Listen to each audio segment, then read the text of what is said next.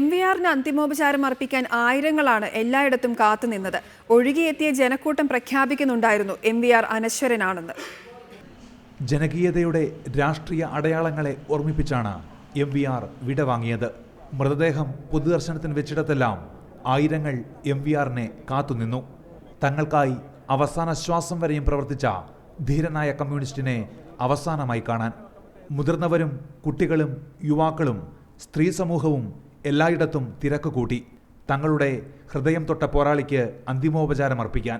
MVRന്റെ രാഷ്ട്രീയ മുന്നേറ്റങ്ങൾക്ക് ചൂടും ചൂരും പകർന്ന പാർട്ടി ഓഫീസ്, നന്മയുടെ ജനപക്ഷത്ത് MVRനെ ഉറപ്പിച്ചു നിർത്തിയ കണ്ണൂരിലെ നടവഴികൾ, ജനനിബിഡമായിരുന്നു എല്ലായിടവും.